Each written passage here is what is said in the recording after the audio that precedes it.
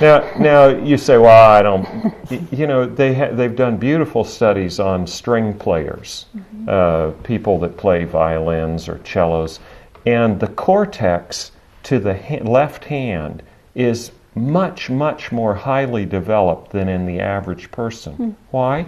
That activity develops the brain. Right. Those thoughts, looking at those notes and making that hand go, or here, or however you're doing, it develops the cortex. The thoughts you think, the things you do, change the very structure of the brain that you think them with. It's so amazing. This is a very plastic thing behind our eyes, very changeable. So it's critically important what we think. My wife mentioned a study that was done some years ago. It was published in '95, actually, where they took people and they had them think back to a time in their life when they were really, it was a bad time, really miserable, and they had them relive that experience for just 5 minutes. Before they had them do that, they measured their salivary IgA. Now, this IgA is an immunoglobulin, and salivary IgA is the first line of defense against infections entering our mouth. But IgA is also found in the nose, it's found in the tears, it's found in the urinary tract, it's found all throughout the body. After 5 minutes of reliving a painful experience, the salivary IgA levels fell by 70%. 5 minutes. Wow. Now, the reason for that is the brain controls the immune system. Right. Every single immune cell or white blood cell has neurochemical receptors. And that means that within 5 minutes of thinking that bad thing over, that the brain signaled the white blood cells, the lymphocytes, B lymphocytes, downregulate, cut the IgA, and the IgA levels fell by 70% and did not return to baseline for 5 hours. Now, the good news is they didn't stop the study there. They took the same people on another day and they said, now we want you to think back to a time in your life, not when it was really painful and terrible, but when you had a wonderful experience. And we want you to relive that for 5 minutes.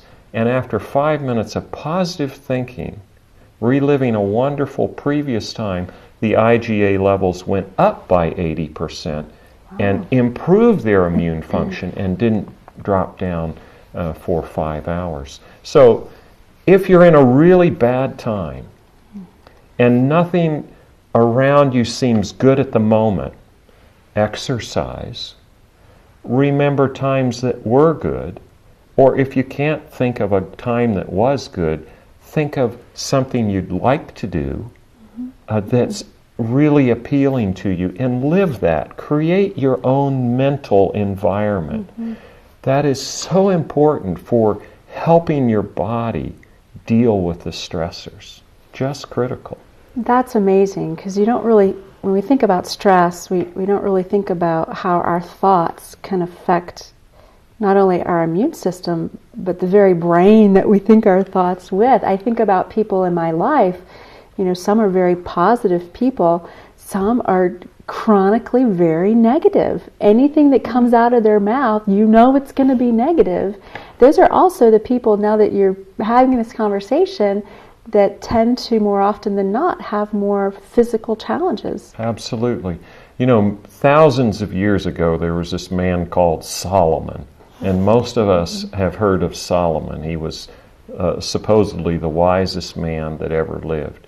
And he wrote his sayings down, and they're kept in Scripture in the book Proverbs. And one of the things he said is, "As a man thinketh in his heart, so is he." Well, now we know that in fact, we are defined by the thoughts we think. Wow. The thoughts that you and I think define who we are. If you allow yourself to think negative thoughts, you're a negative person. Right. Now, I'm not going to try to be Pollyanna here and say, well, everything's happy, it'll be happy. Right. Bad things do happen. Exactly. But we can choose our response to these.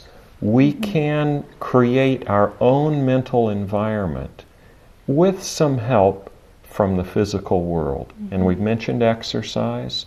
Diet is also important in helping the mind be able to, if your brain doesn't get enough blood flow, you can't create those cheerful ideas and memories and thoughts.